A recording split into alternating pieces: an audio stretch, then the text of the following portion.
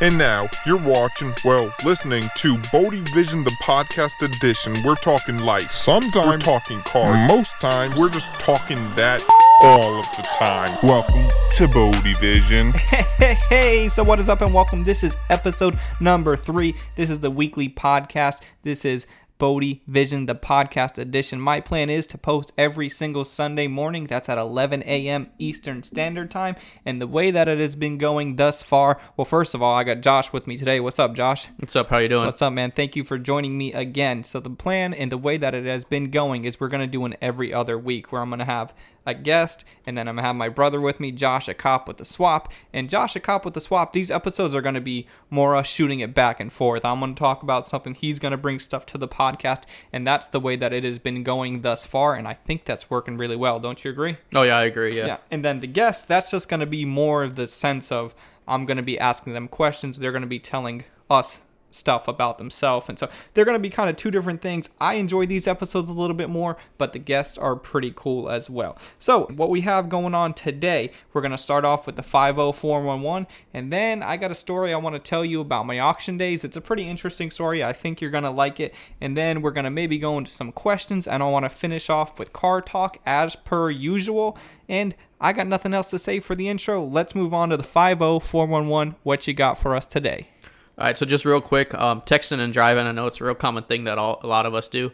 It is a primary offense now. So they just changed that, right? Yeah, July 1st, it became a primary offense. But what that really means is before, you could get pulled over for something else, and if you were texting and driving, you can get a ticket for that as well. But now if you're just seen texting and driving, you can get pulled over just for that. Okay, I can go specifically into the statute here. Okay, yeah. Pull that statute up if you have it. But I was also wondering, because it gets a little bit iffy. If I'm just driving along and I have somebody call me, and then I want to swipe to answer my phone to say, hello, what's up, what's going on? Is that in it, or the statute's going to clarify that for me? Yeah, it addresses all that. Okay, cool. So just give me just a second. Yeah, whenever you got that up. So the fact that it's a primary offense means you can now officially be pulled over for it, where before, if you had a taillight out and then you were pulled over and you were texting at the same time, you can get nailed with both of those. But now, primary offense, reason to be pulled over, texting and driving alone. Yep.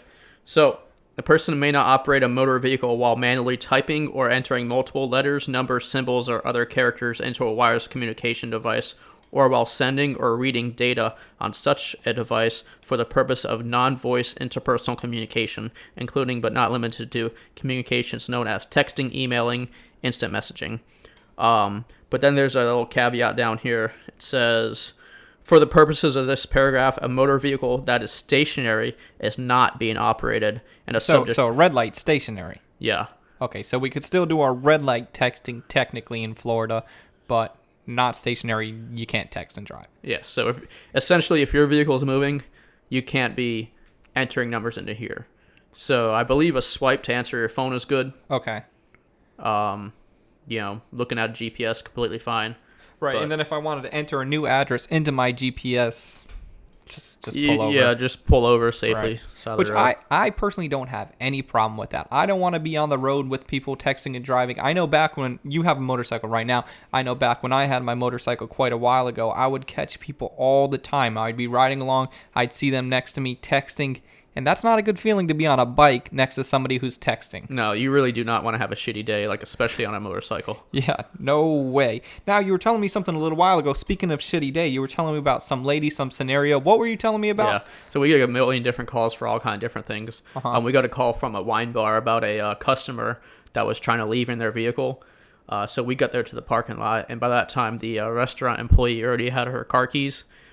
So she was just sitting down in her car, and she was extremely drunk and really belligerent and things like that, but she really didn't commit any crime, so we really couldn't take her to jail for anything.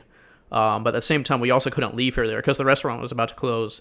They're not going to sit there all night. She just wanted to sit there. So we eventually found out that she lives about 2 miles down the street, and I agreed to just give her a courtesy ride home, and the restaurant was cool with her car just sitting there, at the in the parking lot. Yeah, right. For those of you guys who do not know, if this is your first time joining us on the podcast, Josh, a cop with a swap, he is actually a police officer. He works in the city kind of near Orlando, so he's a police officer. So this is just one of your scenarios that's happened. 50411, his segment, police officer. Sorry, I didn't mean to interrupt you. I just wanted to bring everybody up to speed if they didn't quite know what you meant by a call that you had. Yeah. So I worked the night shift, but yeah, we were just responding to calls, and yeah, they called us about a drunk lady trying to, really no one knew what to do. But I agreed to take her home, just 2 miles down the road. So I noticed that she was sitting in her car, like on a plastic trash bag, like over her driver's seat. Uh-huh. I thought it was kind of weird, but like I didn't really think anything of it. I don't like where this is going. It's already getting crazy.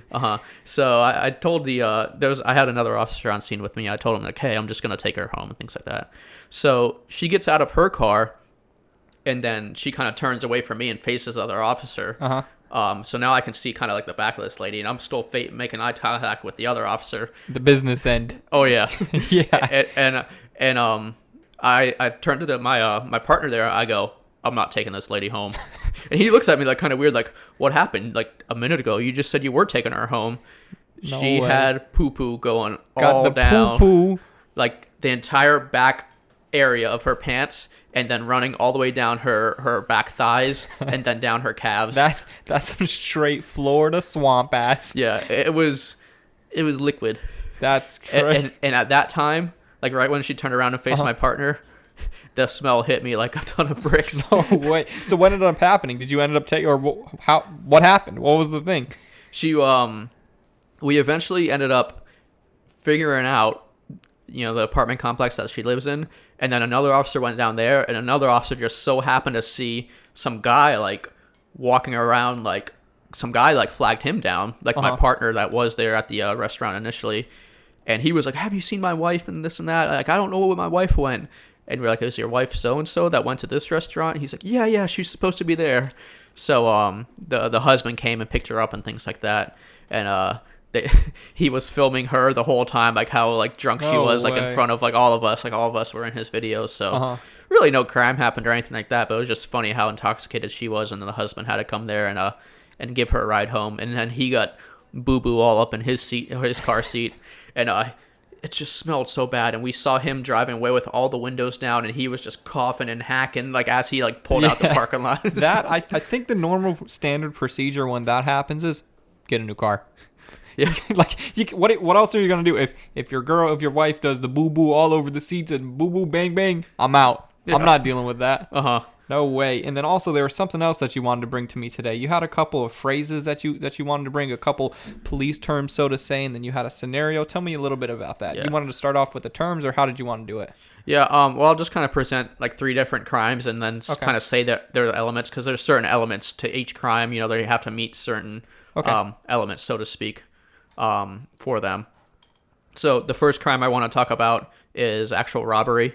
So, I mean, just off the top of my head, but some of the elements to robbery is you have to use force against somebody to take something from them, and they have to become aware of it in the process. Okay, so that's mainly the gist of robbery, and then it can get escalated by how much force you use. Another crime I want to bring up is aggravated assault with a deadly weapon. Assault and battery are 2 separate things in Florida, but that's a story for another time. But pretty much aggravated assault means that you put someone in fear for their life or safety, and you have the ability to do so, carry out whatever action they're threatening. So if I pull a gun on somebody, aggravated assault with a deadly weapon. I pull a knife. Yeah, and I'm writing these down as you're going, so in case we got to come back to it, I want to take notes. So we have robbery, we have assault. Aggravated assault with a deadly weapon. Because I can just put my fist up, and say I'm gonna punch you in the face. That's not. You could kill somebody like that, but it's really a stretch. Right. Then the last crime I want to bring up is theft, and that's pretty straightforward. Taking something from somebody, either permanently or temporarily, and the thing has to be of some value. So if you steal somebody's trash, it's not really of some value. Okay. So, with those in mind, I'll just kind of bring up the scenario real quick, because we had some kind of discrepancy about who committed what crime here. So what happened was, guy got home late at night. He pulled into his driveway. A car pulled up behind him. There's 3 males in the car. Male A was driving. Male B was in the front passenger seat, and male C was in the rear passenger seat. Okay. A, driver. B, shotgun. C, backseat. Yes. Cool. So male B, shotgun. He actually had a handgun. Call him handgun. Yeah. He called handgun on the way out. I don't Yeah. know. But anyways, they pulled up behind the our victim here that called in his driveway, and the car stayed out in the road. Male B got out with his handgun and pointed it at our victim. Male C also got out.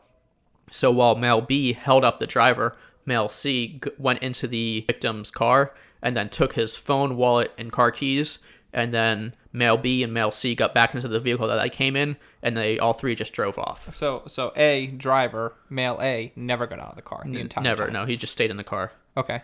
Male B got out and held the guy up with handgun. Yep. That's all he did. Put your hands to the sky. That's it. Okay. Male C went in the guy's car and stole some things. So with those 3 crimes I just told you about, who committed what crime? Well, if I had to take a stab at it and kind of take a guess, it gets kind of hairy because they all were part of this robbery. They were part of this. But those elements I just told you, male A, he didn't use a handgun to threaten somebody's life, and he also didn't take anything from anybody. Right. But I don't think, and now I don't know, I did some criminal justice courses back in Valencia, so I don't know too much about it, but I don't really think crimes and stuff are broken down according to who did what. I know if there's a robbery at a gas station, you got a getaway driver, both of them are going down for robbery, or if somebody gets murdered in a bank robbery and the getaway driver, he also can go down for murder just because he was a getaway driver. They were all involved in that crime. Is that correct? Yeah, that is absolutely correct. Okay. And some people don't realize that. So all 3 of these guys, even guy A, all committed robbery, the strong arm robbery, Okay. even though the guy A didn't use any force, threaten a guy to take something away from somebody. He still committed the robbery. So like I even go to a lot of retail thefts at Walmart, and a lot of times it can be 2 people working together. And person A might literally take everything off the shelf and stuff it down their purse or down their backpack. Mm-hmm. And person B literally just looks around and gives them a thumbs up when there's no employees around. Right. So person B, they also committed the retail theft. So just something to keep in mind. Yeah, if you can't do the time, you know the saying. Yeah. But yeah, so if people are together on a crime, everybody that's in that group goes down for that crime. Yeah, if they assisted or didn't make any kind of effort to like separate themselves or anything Right. like that. See, Yeah. I kind of understand why people can get confused because technically driver A, male A, he didn't have a gun. Driver C. He didn't take anything. Right, exactly. So, but they all did that. Now, we went back a little bit. You were talking about that shitty story. I actually got a shitty story that I wanted to bring up to you. And that's something that was... Now, for those of you guys who do not know, I actually had my dealer's license in the state of Florida. I got it in 2013. Car dealer, right? Yeah. Because a lot of dealers I deal with. Oh, yeah. Automotive dealer's license. Okay, And then okay. for that, me and my friend Kyle, we had the dealer's license. And then what that means is you go to auctions. And some of the different auctions that we would go to, you could go out there the day before the actual sale. They would have a weekly sale. It was every single Tuesday. So Monday nights, we would go out there because all day Monday, the dealers would be bringing in their trade-ins that were going to be at this auction. That's primarily what was at this auction. We were buying big dealerships trade-in cars that they didn't want to sell on the lot. They just wanted to dump it off at auction. So these cars were, anything goes for these cars. They were bottom of the barrel, mainly, I'd say $1,000 to $4,000 price cars as they're going off for auction. So the Monday before, me and Kyle, we would go test drive the cars. Okay. And there was a couple different lots, and this is when we were still kind of new to the game. We didn't really know what was where. There was a sold lot, and any car that was from the sold lot, they put a big white S on the car as soon as it was sold. Mm-hmm. And then anything else, it was like lot A, lot B, lot C. They'd put a big A and then the run number. So it'd be like A1 through A100, and then B1 through 100. You know what I mean? So every single car on the windshield had where it was supposed to be.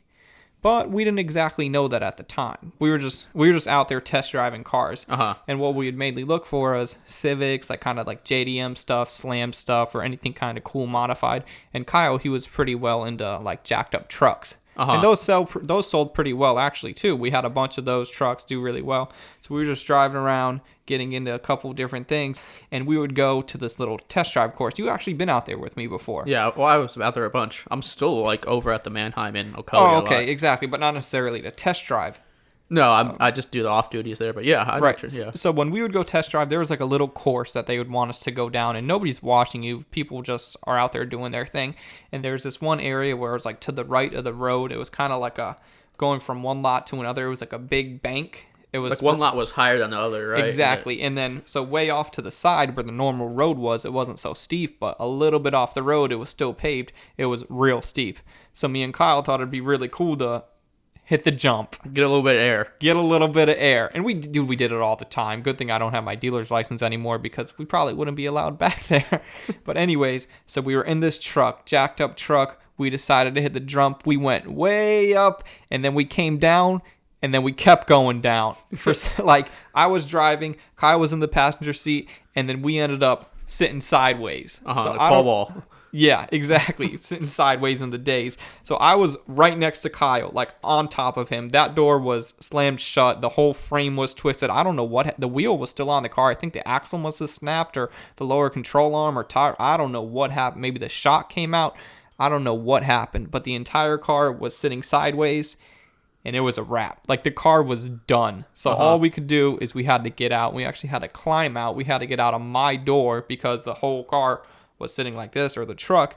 And then as we were walking away, we were trying to assess the damage and flag somebody down. We didn't just want to leave the car there. We were scared. We didn't know what to do. Yeah. So we called this mechanic to come over there and just let him know, like, dude, something happened to this truck. We were just test driving it. We don't know what happened. And then as we were walking away, we looked back and, dude, we just started dying laughing.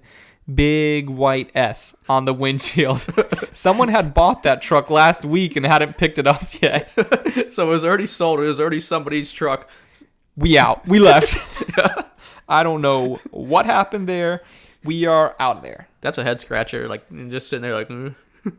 And then, dude, the mechanic, he's like, wait, dude, he was like, hey, bro, this happens all the time. He's just some, like, normal white guy. That's my white guy accent. Hey, bro, this happens all the time. And then, dude, we just left. We were out. Yeah. I have no idea. So, but whatever. Nothing happened, dude. I was scared. I thought we were going to have to pay for that truck, and somebody had already paid for it. So who cares? Yeah. But anyways, so moving on from the Mannheim story, I actually wanted to go into some questions that were on the Facebook page.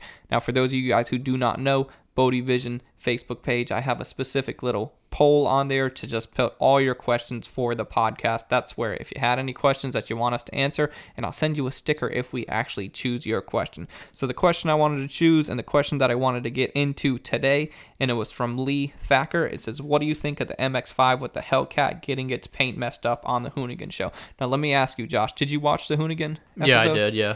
Now, what did you think about it? What do you think about the paint getting messed up to the extent that it did? Well, I thought the show was pretty interesting. Them doing all the big burnouts and stuff like that. But it's kind of like it kind of sucks like that much work you put into it and things like that. I mean, I understand because the car is built to literally hoon around. That's the purpose of the car. Yeah. But at the same time, it's like, man, like that's and really that paint job you did is a few $1,000s worth of paint. Yeah. You know, I mean, and that then- house of color is no joke. Yeah, and then how many hours and hours you spent because you knew that car is going to be in the limelight of YouTube and the internet, so you definitely broke a lot of Yeah, broke I mean, your I back on put that a one. lot of time. Like, some cars, they're just kind of in a sense, I want to do them as good as I can, but they're in and out. You know what I mean? I'll fix the dents that we discussed, but this car, the Hellcat Swapped Miata, it's not a very big car, but I spent more time on that car than I did any other car. You know what I mean? I put a lot of time, effort, and energy into it. So to get back to the question, what do I think of the MX-5 with the Hellcat getting its paint messed up on the Hoonigan show? Well, I think that it could have been prevented. I think that they could have put smaller tires on the car. You know what I mean? It could have definitely been prevented, and that's what kind of irks me the most about it, is that it wasn't necessary for that to happen. Am I mad? Not really. I mean, what am I going to do? And also, we had an agreement because he has the car is getting views like crazy. It really did help out my YouTube channel. Car, the owner, I mean, we had an agreement, and then he picked up the car. He was happy with what he got. I was happy with what I got, and then I sent him on his way. So it was done and done right there. We shook hands, and anything that anybody does after they take their car, if they go run it into a bridge right after me, it sucks, but it's theirs. You know what I mean? So for that, I don't know. You know what I mean? Yeah. So that's just some YouTube stuff. It's whatever. You know what I mean? Yeah. It's kind of unfortunate, but at the same time, like, I mean, you guys worked it out. I mean, you never even had to work it out because it was agreed upon at the beginning of when you got yours end and he got his end, and that was it. I So- definitely think that some people, like in the comments or stuff like that on YouTube in the comment section, some people think that I would be a lot more mad than I actually am, but in reality, it's whatever. Yeah, I kind of like watching your YouTube like channel a lot. I watch the videos that are like entertaining to me, but I like kind of know already what's going on, so I like really like the comment section and things like that, and like to going see what through other there. people are thinking. Yeah, like I've seen a few like where people are trying to like get quotes on like a car. They'll be like, "Oh, I got a 2002 like Camry. How much to paint the car?"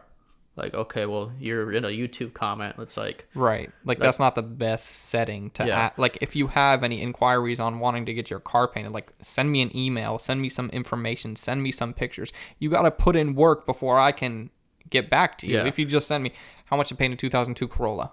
It's not a flat rate job because Exactly. every single car is different, especially an older one. Like, every single one has different amount of shopping cart dings from Walmart, you know? Right. And if the car was perfect, it wouldn't need a paint job. So it's completely different, and that's not at all the right setting to be doing that. I understand, like, people are trying to, like have you do stuff to their car, but it's like, it's not going to get accomplished there in the comments, you know? Right. Like, people say all kind of stuff in the comments. Like, you notice that? There's one thing, dude, that I wanted to talk to you about that kind of pisses me off. Like, it's so crazy because going back to me having the dealer's license and all the cars that I've had, and I don't think it's an exaggeration to say that I've probably had over 100 cars. Yeah. I know the first year in 2015 when Kyle and I were selling cars, I think we did 70 cars in that first year. And then we were doing it a second year, but then we kind of started to slow down. And then not to mention all the cars that I've had from clients too. Yeah, and like a lot of these were like modified stuff, right? Exactly. And then when it got to us buying and selling cars, it actually got to a point where we came up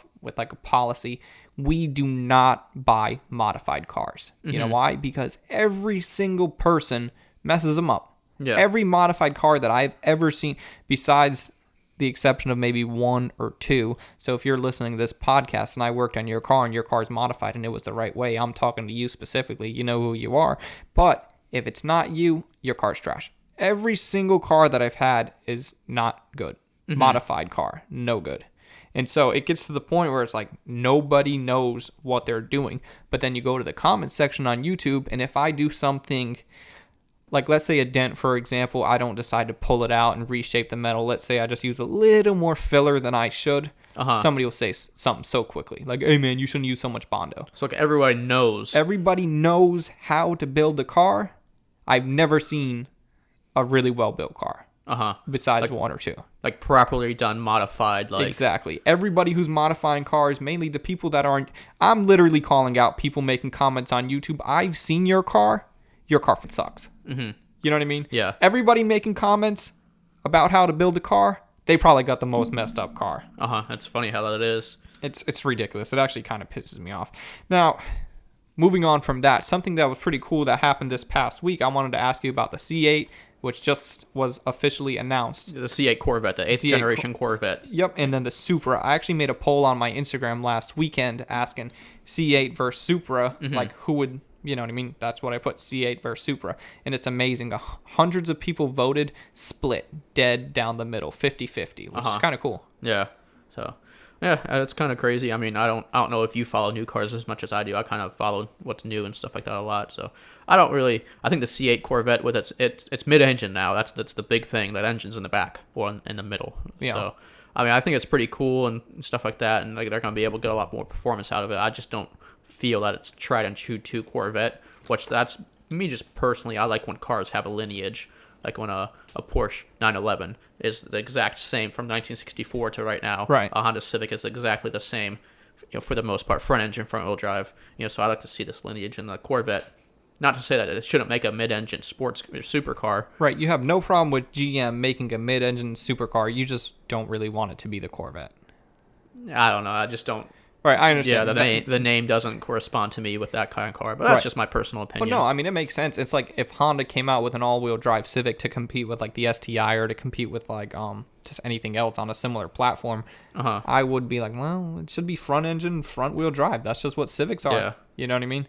It's like Ford back in the day, like they were talking about making the Mustang front engine, front wheel drive, but that became the what car was it? I can't even think of it right now. Was it like the Fiesta or the No.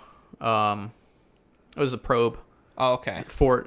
The Probe was originally like the concept for the front wheel drive front engine Mustang and became a Probe. So they made it a whole new car. We saw how well that did. Yeah, they made it a whole new car in itself. So Yeah. I kind of think that's more like what GM should have did with the Corvette. And then the thing about Supra is that I kind of feel indifferent about, like, BMW motor, straight six, sticking to Supra lineage. That's cool, putting a straight six in there. I just wish that it didn't have a BMW interior. Or that, like, I wish it was more. It's more than just the interior. It's like everything. Right. Like, all the parts are BMW. Everything, like, underneath is fully BMW. In my opinion, like, that's, I don't want to say it's disrespectful to the lineage that is Supra to have, like, a BMW do it. Like, I wish Toyota would have done a little bit more. I wish they would have done everything. Like, the motor, I understand that they couldn't put out a 2J right now. Yeah, you know, emissions and stuff. Yeah, exactly. So if it just had the BMW motor and the entire car still was Supra MK5, that'd be cool. I don't feel like it's MK5.